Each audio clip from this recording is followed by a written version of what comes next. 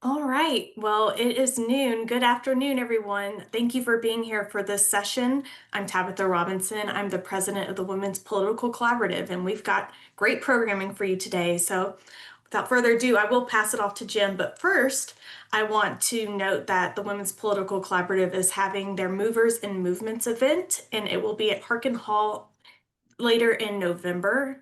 And we are honoring Patricia Malone, Julia Baker, and the late Dot Dobbins, whom I know many of you know and loved. And we will also be honoring the Tennessee Freedom Circle. So be on the lookout for a save the date that will be coming to your inbox any day now. So without further ado, I'm passing off to Jim. Thank you, Tabitha. We are coming to you live, at least I am, from Labrie Hall on the campus of Cumberland University. We're actually out in an atrium. So you'll see students walking by. I actually have a class that I teach at 12:30, so you'll have people coming in for that class, and they'll be joining us at some point. And then you can hear the vending machines in the back every so often. So it should be kind of fun. We'll see what happens. We have three really, really good panelists today talking about freedom of speech and maybe where that line is sometimes where people get in trouble for maybe crossing it or not crossing it. Ben Hall, Deborah Fisher, and Holly McCall are our guests. Let me quickly introduce them. Ben Hall is a veteran at news, reporting for News Channel 5. He's covered the state legislature, presidential campaigns, and you probably see him now as part of the investigative unit at News Channel 5. He has been recognized nationally with the prestigious George Foster Peabody Award. He also has 4 National Headliner Awards, 2 Regional Murrow Awards. He has won 14 Regional Emmy Awards for a wide variety of stories. That's a lot of hardware, Ben, just let you know. Aside from his reporting duties, he also is host of Open Line, Issues of Faith, and Inside Politics, also on News Channel 5. He likes playing tennis, going to movies, and traveling. And I see where he also has dived with great white sharks near Guadalupe Island in the Pacific Ocean. Way to go, Ben. That's great. Okay. I don't know who likes to dive with great white sharks. Okay. But anyway. Deborah Fisher is next. It was amazing. It was amazing. Deborah, have you ever dived with great white sharks? No, and no plans to. No plans to. Okay, that's good. Deborah Fisher is executive director of the Tennessee Coalition for Open Government. It's a nonprofit organization really devoted to promoting, preserving access to government records and also access to meetings through the state's public records and open meetings law. She's held that position since November 2013. She's also the director of the John Siegenthaler Chair of Excellence in First Amendment Studies at Middle Tennessee State University. Prior to doing all that stuff, she spent 25 years as a journalist and senior news editor, including 10 years at the Tennessean, where she was senior editor for news. And Holly McCall, who has just joined us. Holly, can you hear me okay? There she is. Okay, Holly McCall is editor-in-chief of the Tennessee Lookout.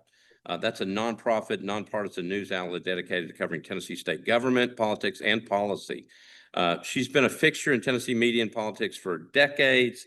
Prior to her role with the Lookout, she covered city halls in Missouri and Ohio. She also edited for The Contributor, the local newspaper sold by Nashville's homeless community.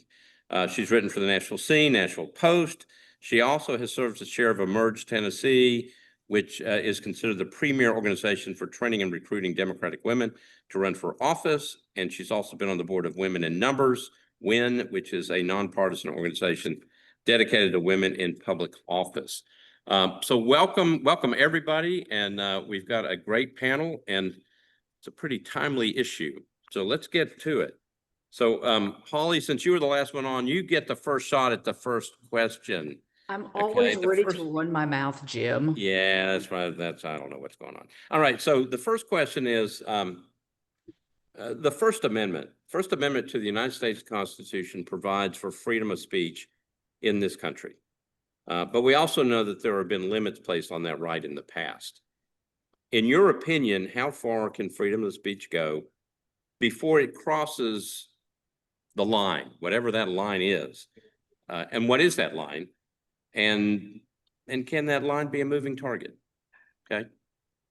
That's a great question to start with. I have a pretty— Thank you.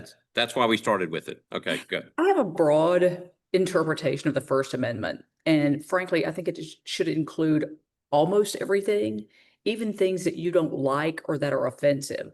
For me, the line is drawn when it becomes like actually threatening. If you were threatening to physically harm somebody, if you were threatening to kill somebody, I think that crosses the boundary from acceptable free speech.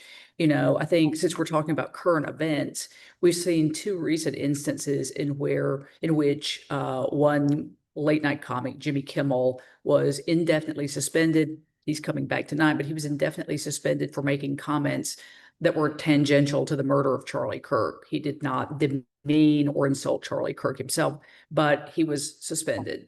On the other hand, we saw Fox News, Brian Kilmeade, a Fox News commentator, make a comment about homeless people and saying that they all just need to be have lethal injections. And there was not quite as much of a public outcry about that, but he also kept his job. Jimmy Kimmel's been restored to his job, but I think that kind of shows us what the First Amendment is. Like, I find what Brian Kilmeade said completely offensive, particularly since I've spent some years working with members of the homeless community. But, should he have gotten fired? That's up to his employers. It does not, I think, violate free speech.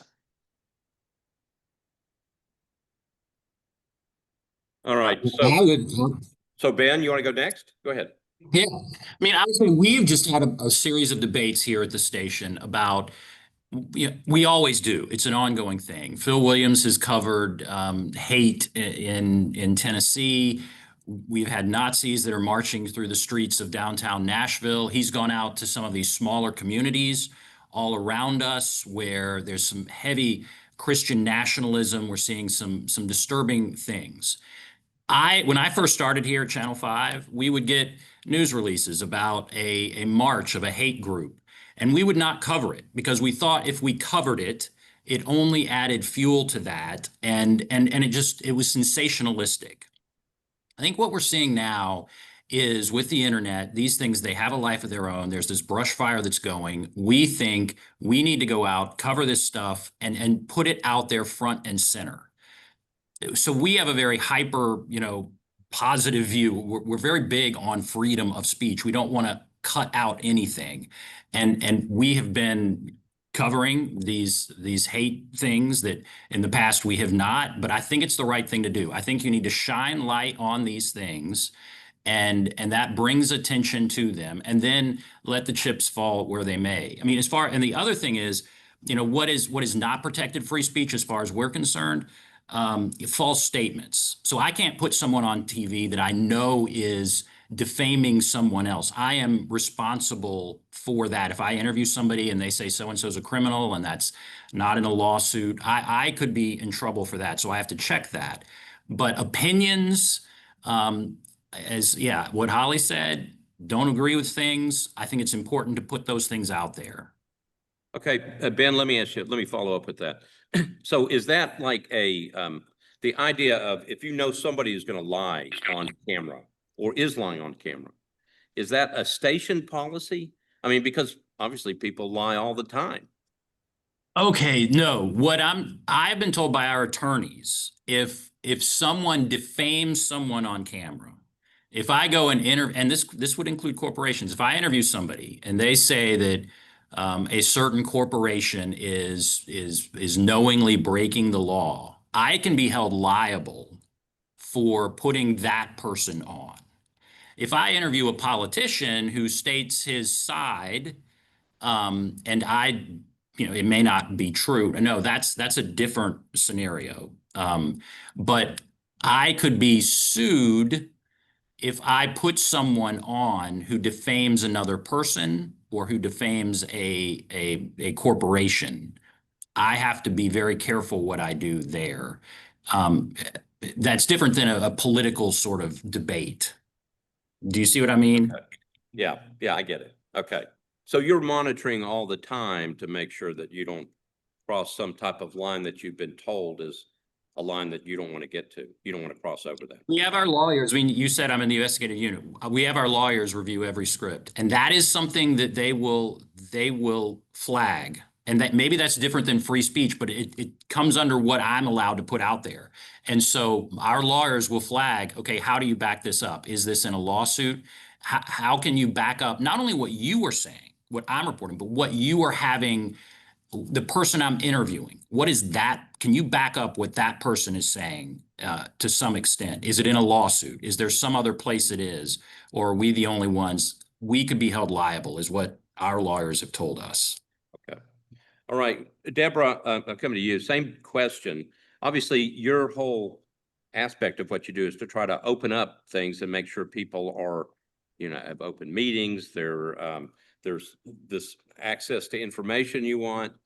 What do you think about the First Amendment? And is there some type of limit that you see in terms of something that we're just not supposed to cross over? Well, the limit in the First Amendment is in government limiting speech. And I think that is what's important to remember. Your employer may not want you to do something. They also might want you to not publish defamatory material because it could get you sued. But I think the key here is that we don't want government to censor speech.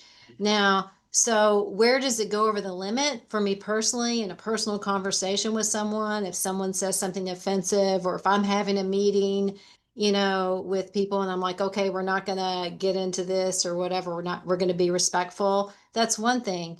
But the government shouldn't be coming in and saying what you can and can't say.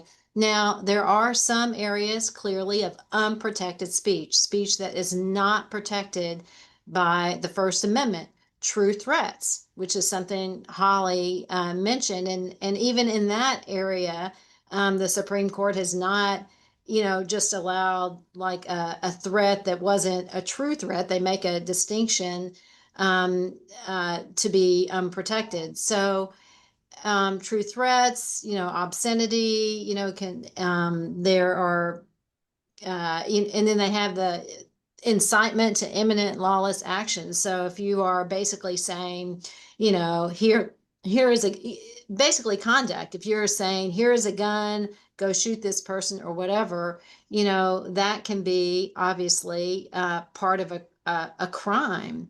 And so there are things that are criminal, but speech itself is not criminal.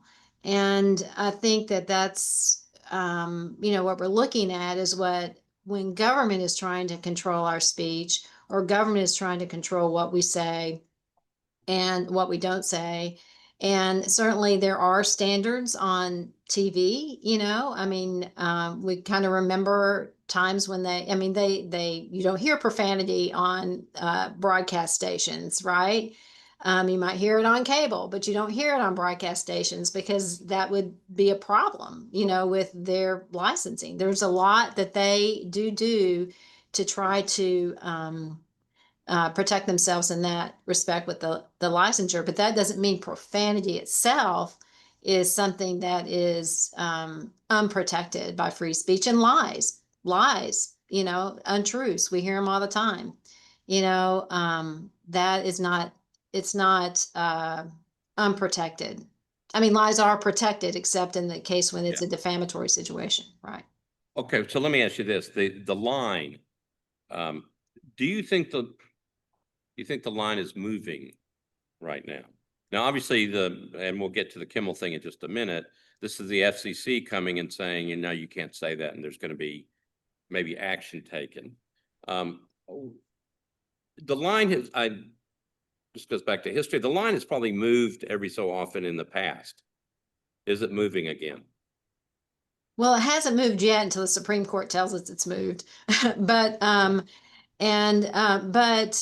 think there are some people who would like to move the line. I think there were people who would have liked to move the line related to the January 6th riots and what led up to that, And so there have to be, I do think that you're hearing at least, I guess what we have heard from the government lately is that, well, I guess the president himself said, if they're always just critical of me on the late night television shows, maybe they should lose their licenses. Now, I know he's not talking about ABC networks, but the actual broadcasters who carry the licenses.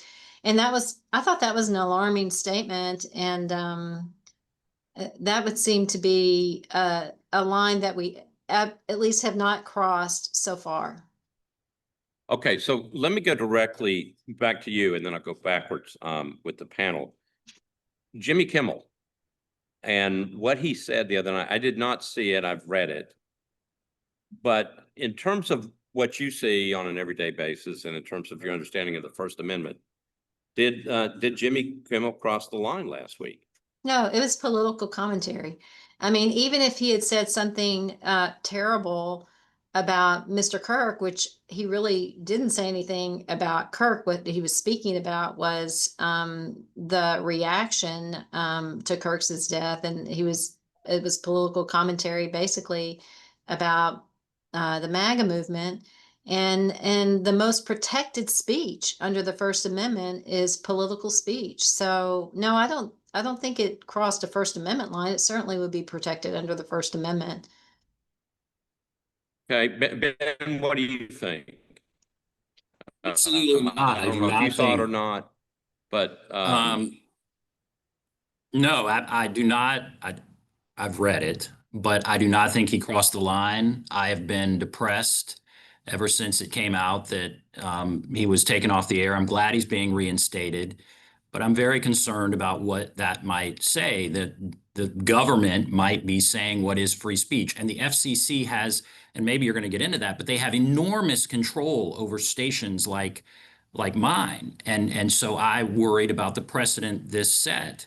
I mean, we're in a situation now in the media where smaller stations are merging. The FCC has to grant permission for these stations to merge.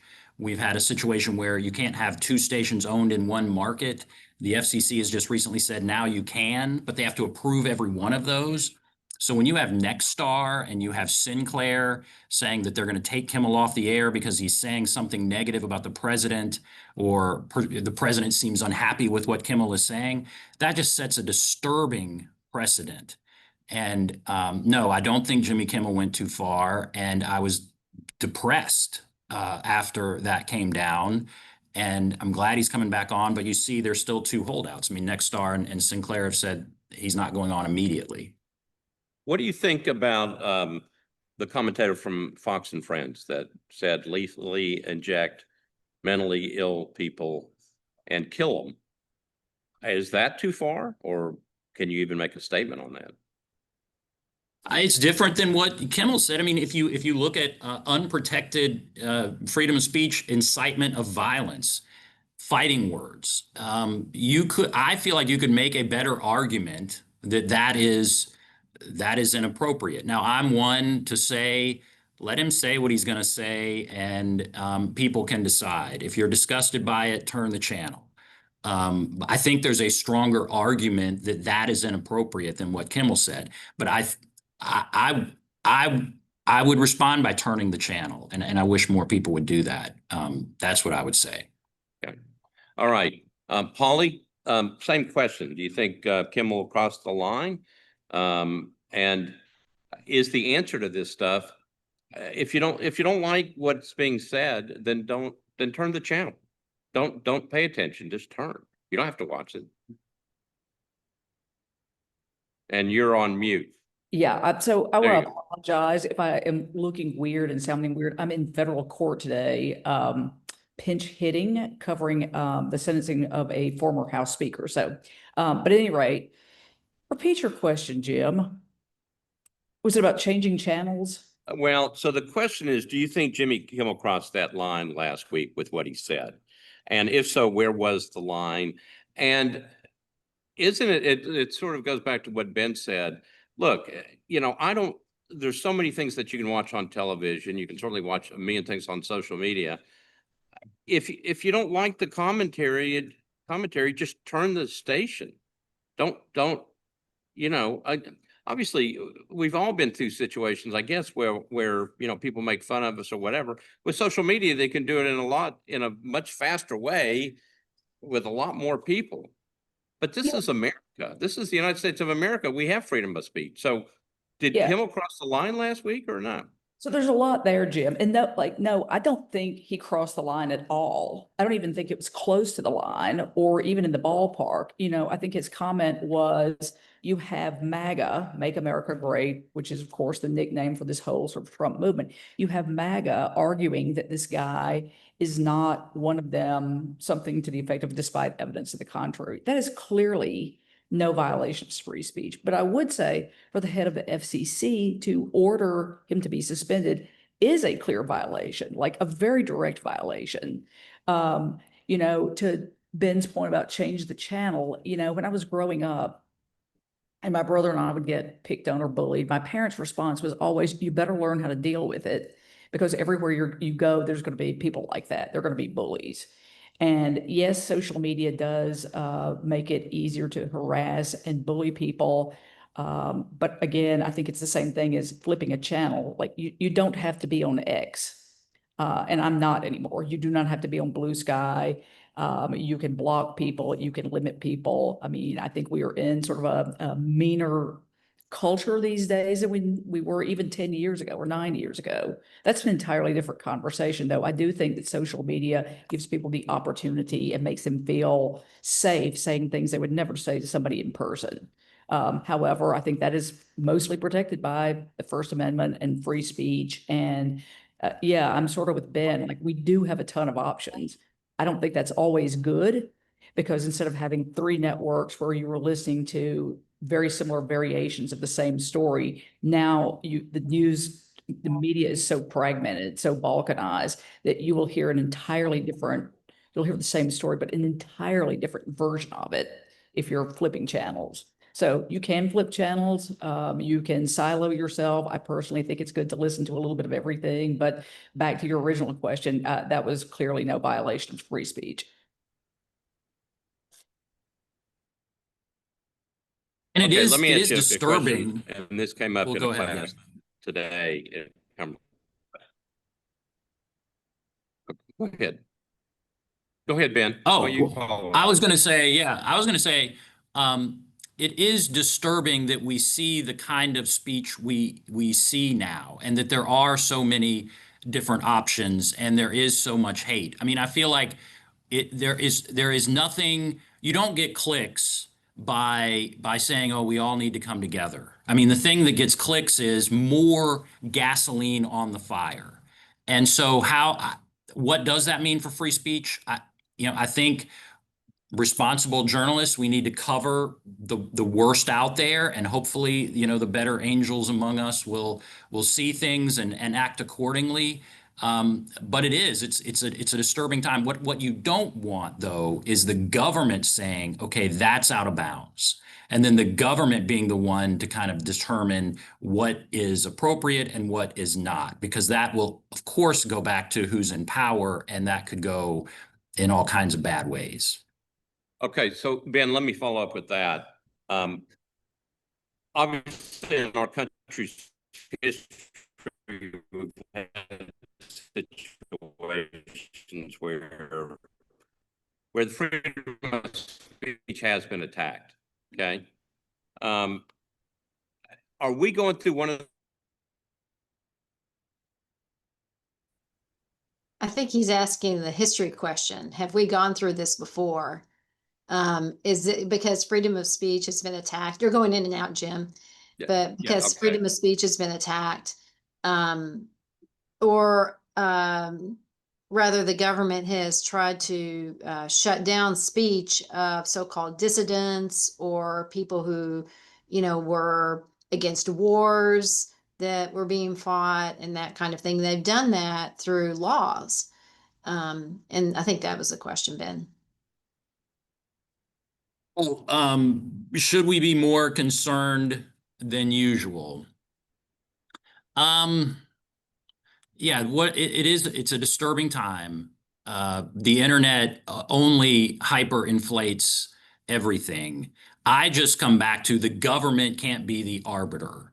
And I hope people do turn away from things that are disturbing. But I have been depressed in the past week, 2 weeks, because I don't think it is those kind comments, those comments that bring us together, that get clicks. We're going to have some new way, and this is a different conversation, but some new way to measure success in a way, because I feel like what is getting the attention now is the negative stuff. But I don't want the government to come in and say that's inappropriate, that's out of bounds. I think that's it. But you may be better, Deb, to talk about some more of the history type stuff. Deborah, can you hear me? Yeah, no, Yeah. So you go next. Okay. What is the history? And again, I mean, most people may not remember the McCarthy era and things like that, where people were terrified. yeah. Is this just another time in our history where people are asserting that, you can't say certain things? And I mean, the hope is that we get through it. Yeah, and some people have referred to this as kind of the right's cancel culture. The left had their cancel culture. If you guys remember, it wasn't too long ago, and now the right is having their cancel culture. But in those cancel cultures are not the government acting. I mean, they may have some leadership in the government, but uh, but uh, but they still weren't like the government putting someone under criminal charges, arresting them or whatever. So, yeah, I mean, McCarthyism is a good example, and people were terrified about what to say because they were pulled up before Congress. And in that period, which is, interesting, they were had to testify before the House Un-American Committee, and they often lost their job, not because the government fired them, but because Hollywood, wouldn't hire them anymore or whatever.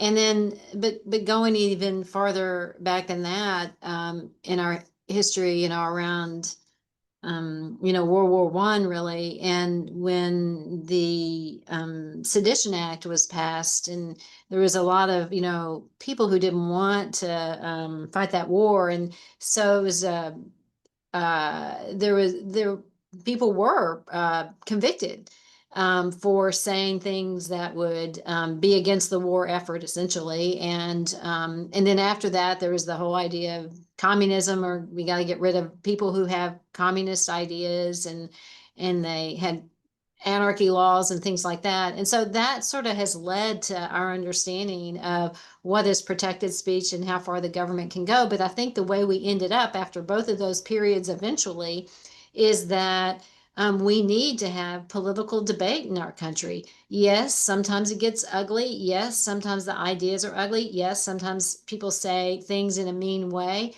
And frankly, the public is tired of people saying things in a mean way, and maybe we should learn from that.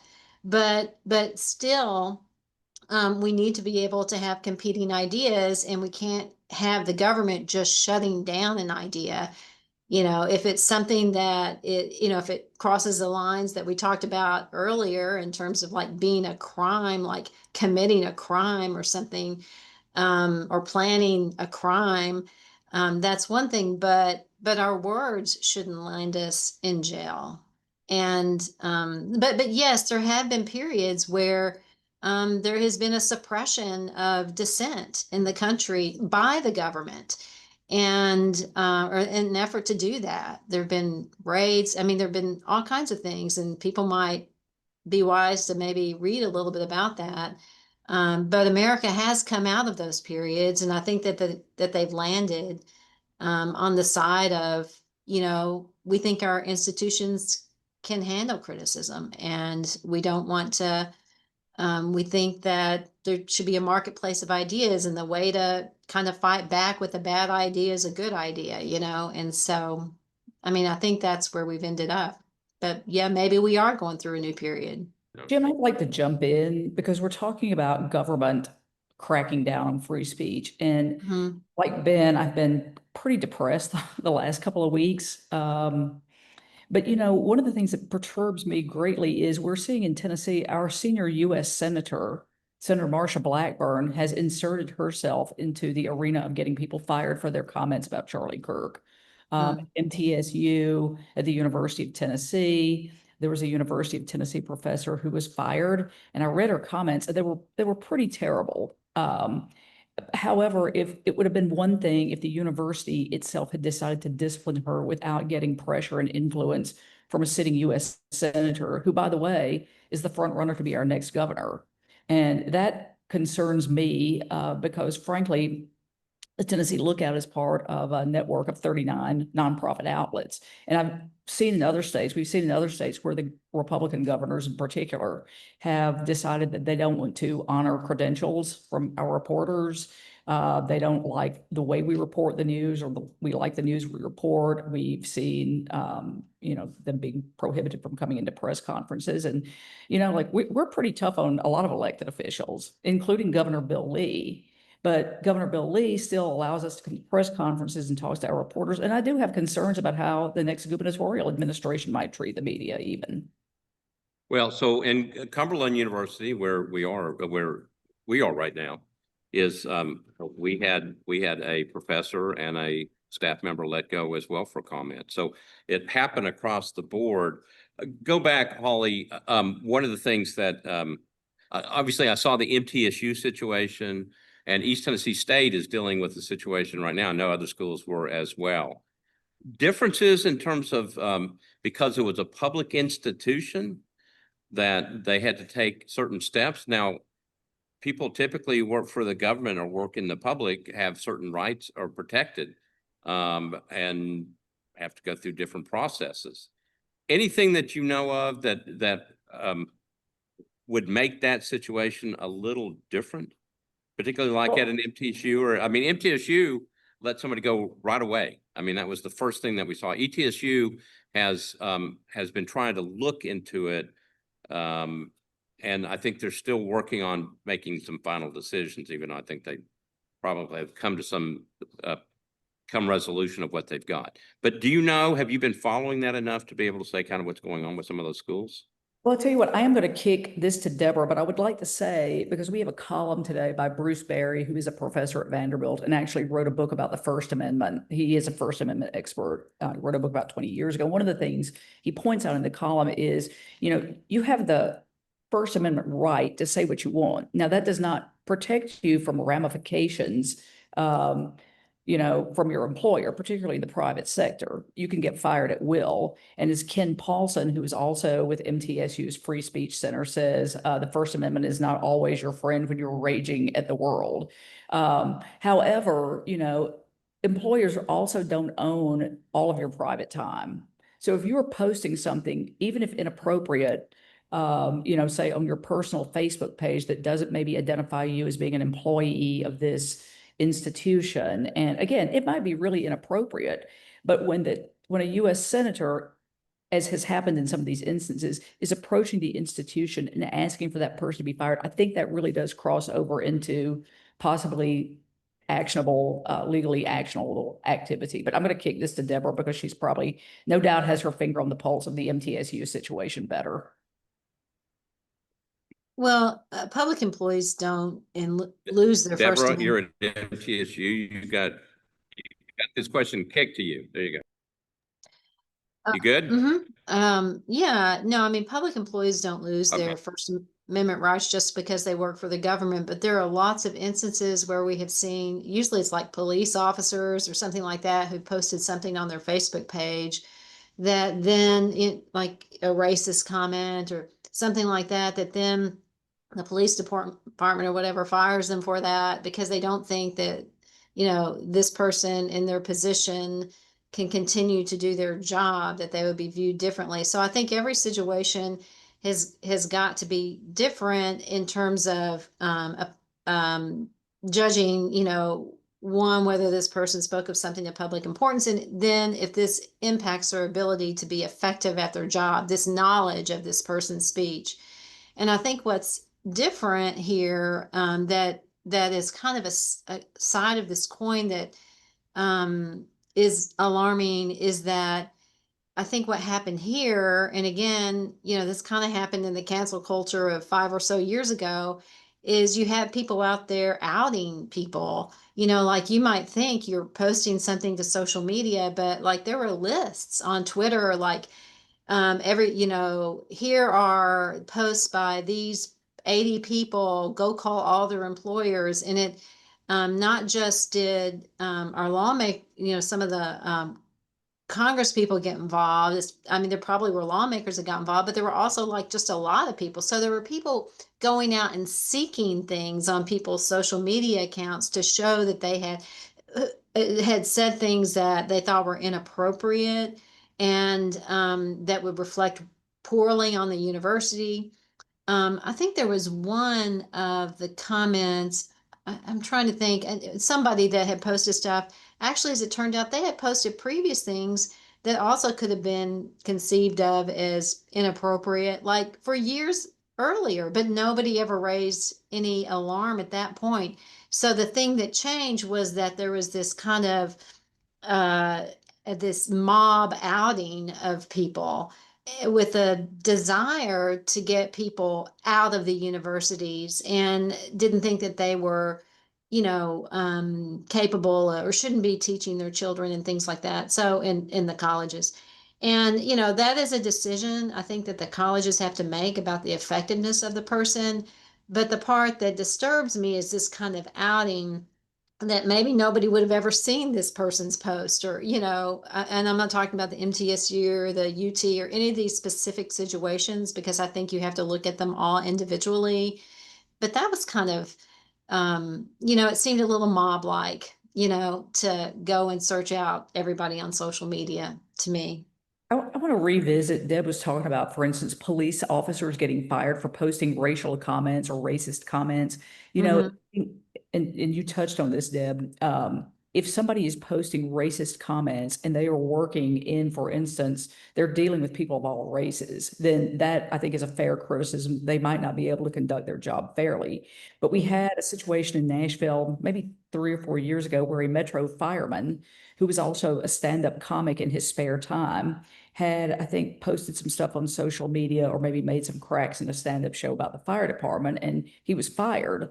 Well, he sued, and it was a judge that his First Amendment rights had been violated, and he won some, 7-figure settlement from Metro Nashville. Yeah. I mean, I think that just shows that these cases, I mean, there is a way that the courts look at these cases through different kind of measures or tests or so to speak. So, yeah. So Ben, hopefully you can hear me. I hear that I'm going in and out. First of all, if people want to put questions on, go ahead and put them in the chat because we have about 20 minutes left. So the question that you, Ben, is particularly from a media standpoint, all this stuff is going on. We're paying attention to it. We all are concerned about some of the stuff that's going on. Are citizens paying attention to this? Are they paying attention? Are they concerned about it? Do you hear things? And if they're not paying attention to it, how do you make them pay? This is a First Amendment. This is one of the most important amendments we've got in the Constitution.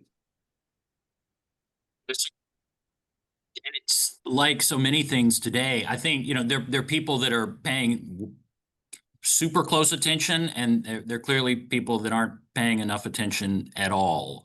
And how do we break through that? I'm not sure.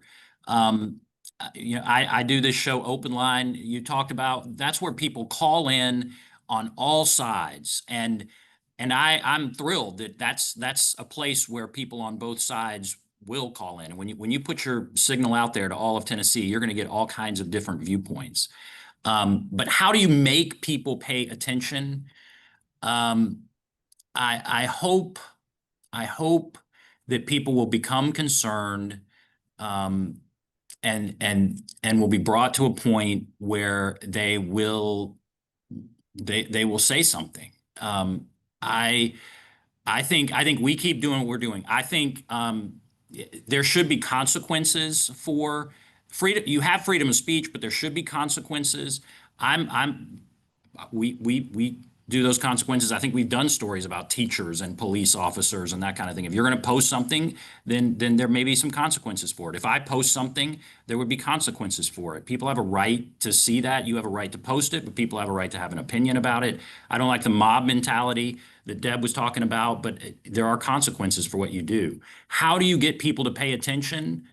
Boy, I feel like the world is so fragmented now that we're doing everything we can. I hope it's getting out there, but it's a crazy time, and it's like it's whizzing all around us, and I'm not sure how you get people to pay more attention because there's just so much going on right now that sometimes things get lost, and that's disturbing. I would say I think there's also we have a crisis. We have a crisis of civics Go education. ahead. On Ben's point, you know, he said some people pay too much attention or pay a lot of attention, others don't pay enough. I also think that, again, this goes back to our public education, which I'm a big fan of public education, but we have almost no, or maybe no civics curriculum at all. And there's a misunderstanding of the First Amendment, which I think becomes ever more clear in social media when people talk about their consequences for Jimmy Kimmel and he got fired because his show wasn't making money. Well, I mean, his show might not be making money. I don't know that, but that is not why his show. So, Deborah, the internet seems to be acting up again. But Deborah, and I know you have to leave a little bit early. So how would you answer that question? Are people actually paying attention to this stuff or not? I think that people seem to I think it's natural that people think free speech for me, but not for thee. So if the people that what I see is that the people are not necessarily grieving for someone who might get in trouble for something inappropriate they said when in fact they had a right to say it or think it or whatever. And so I think people just need to understand that. I mean, go back to the part. Do you want the government to be the speech police? Nobody wants that. Now, that doesn't mean that we as a society all want to be able to engage in political disagreement in a more productive or civil way. I think we do. But we don't want the government to call the shots on what we can say and don't say. And I'm not exactly sure how to engage people with it except to talk about it and to recognize that this is something that has I think that people concerned about it now are people maybe who have thoughts or ideas and are like laying low because they don't want to talk about them or they don't want to be seen a certain way. And that's unfortunate because when people kind of start self-policing because they fear the government, they self-police maybe their thoughts, you really start losing the kind of debate that should happen. And I don't know. I do think people want to move past this moment though. And I think people are concerned about America's divisiveness, and I think people on all sides are concerned about that. Okay, so let me ask you another question before you drop off. And Okay. that is, obviously, with all this freedom of speech and other things that we have, a lot of nasty comments that are being made by lots of people, not Yeah. just every day on social media, but particularly by our elected officials who seem to, I'm just sometimes amazed when I'm not sure if it's all true because I have to go do some research and make sure. But some of the comments that are said to each other, at least online, I just haven't seen before.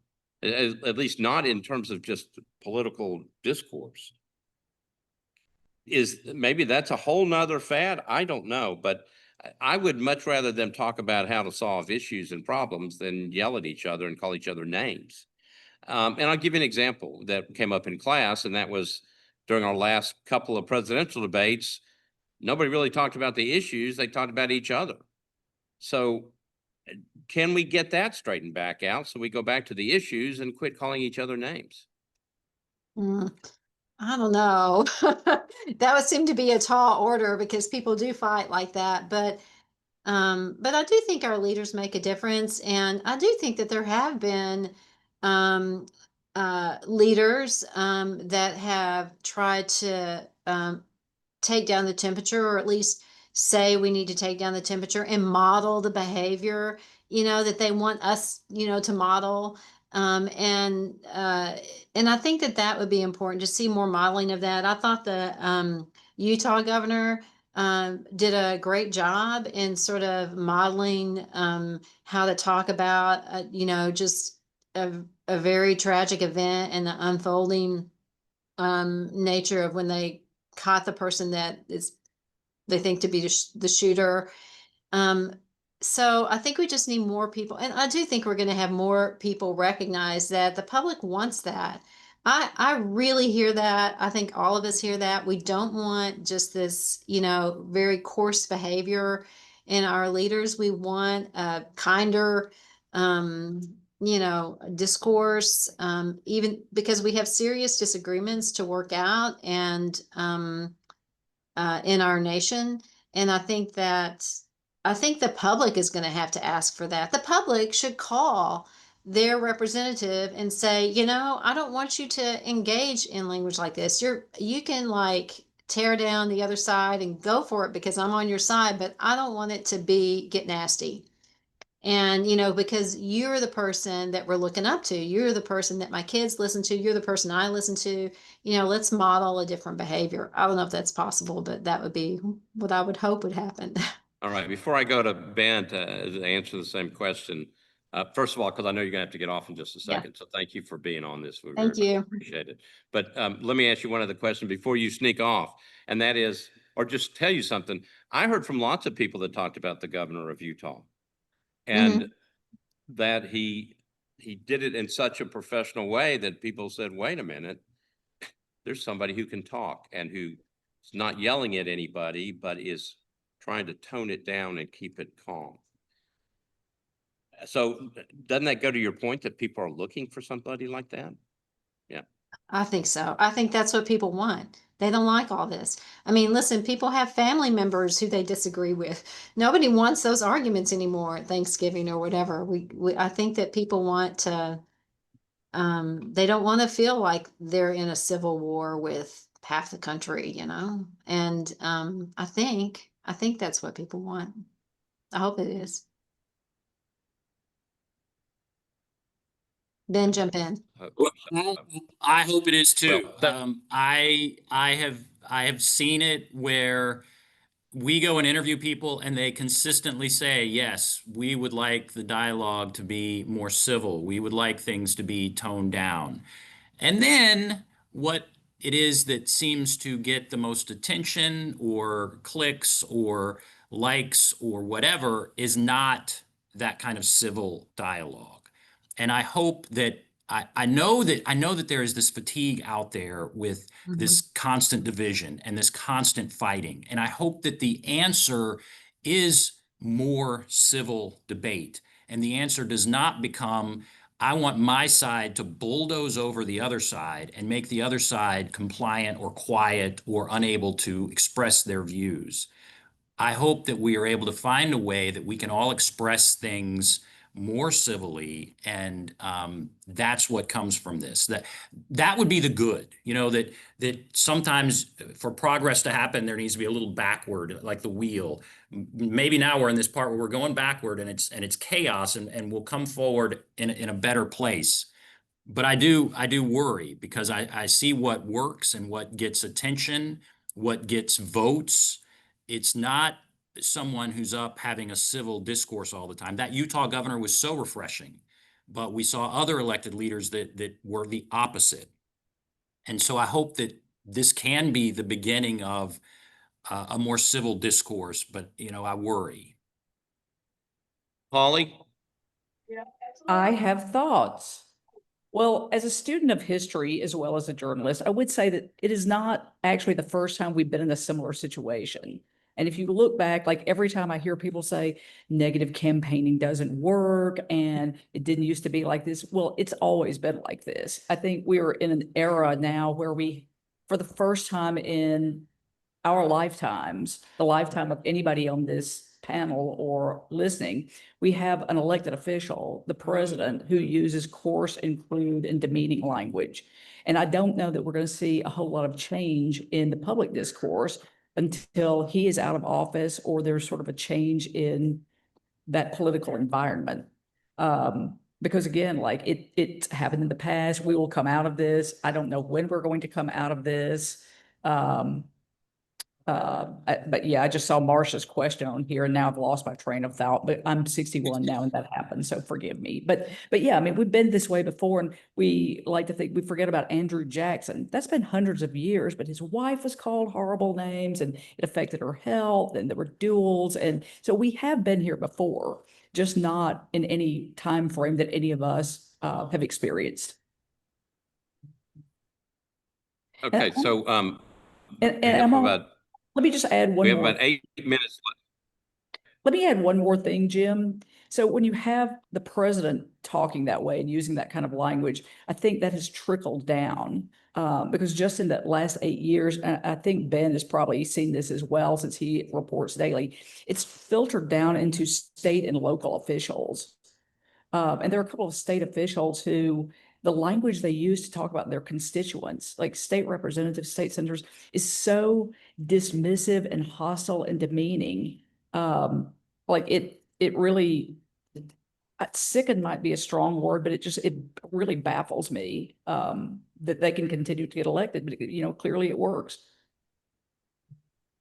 Okay, so It's yeah. incredibly disturbing. And it does filter down. We now regularly ask people, are you going to accept the results of this election? Whatever it may be. And that is not a question that we used to be asking. And it's disturbing that it's gotten to that point. Well, okay, so we've got time for about one more question. Can you hear me, Ollie? Yes. Ollie, can you hear me okay?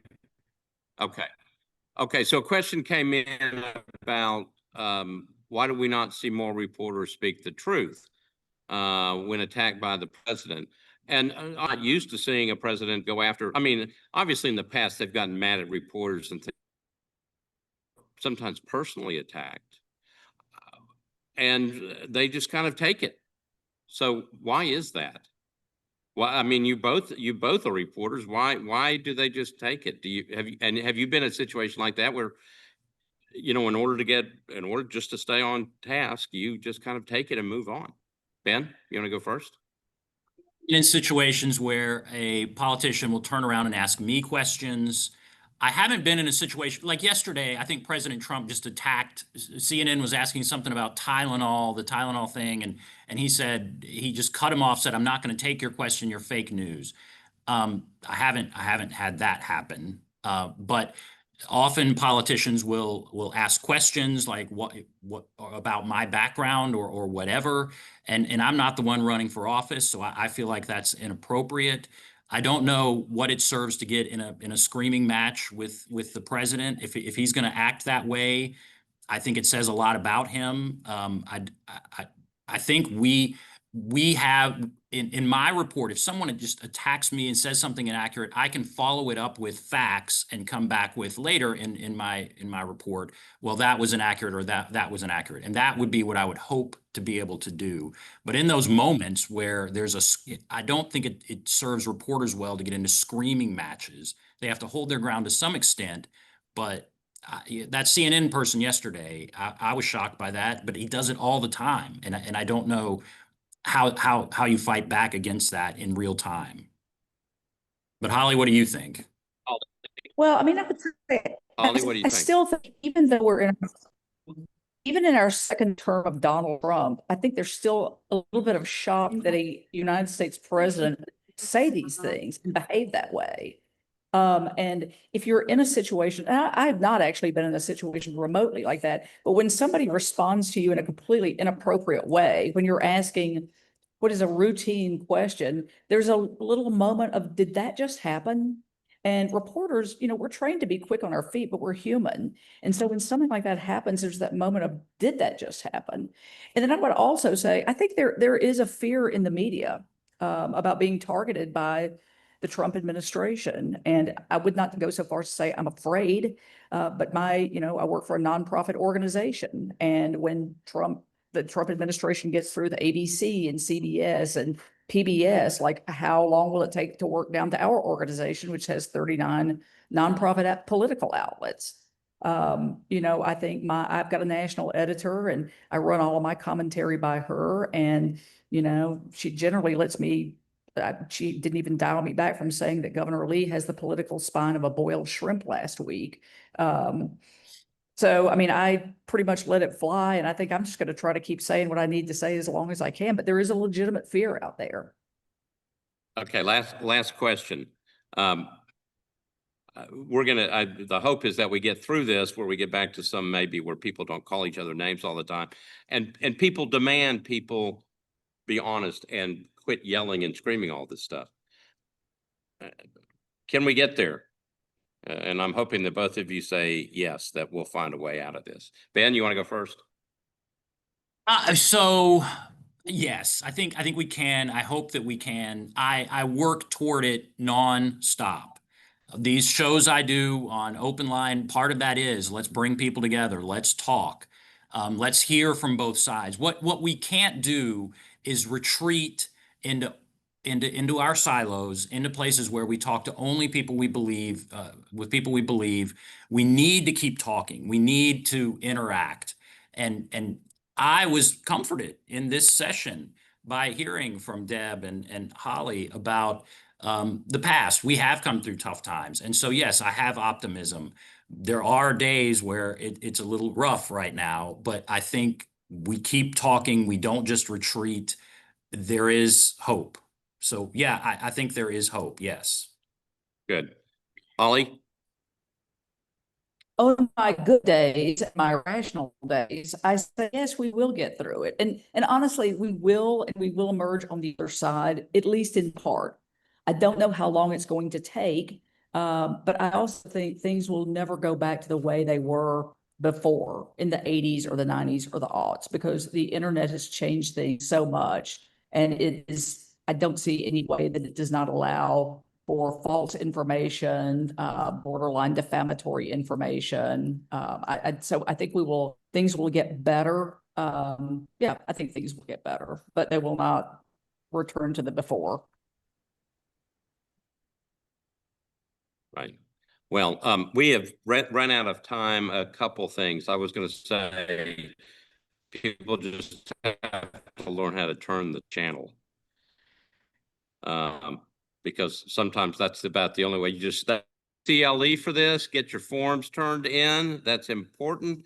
I want to thank all our panelists. Deborah had to get off, but Holly and Ben, thank you both very, very much for this. This was very informative. This program was set up a while back. I'm being told that the forms will be turned in for everyone getting CLE. This program was set up a while back, and it just happened to fall at a very appropriate time. But again, thank you all for being a part of it. Tabitha, I think you're still on. Anything else I need to add?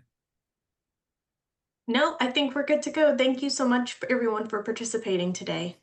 All right. Thank you, everybody. There'll be more from the Women's Political Collaborative. Just stay tuned, and there'll be more programs. But again, thank you, everybody, for being a part of this. Y'all have a good afternoon.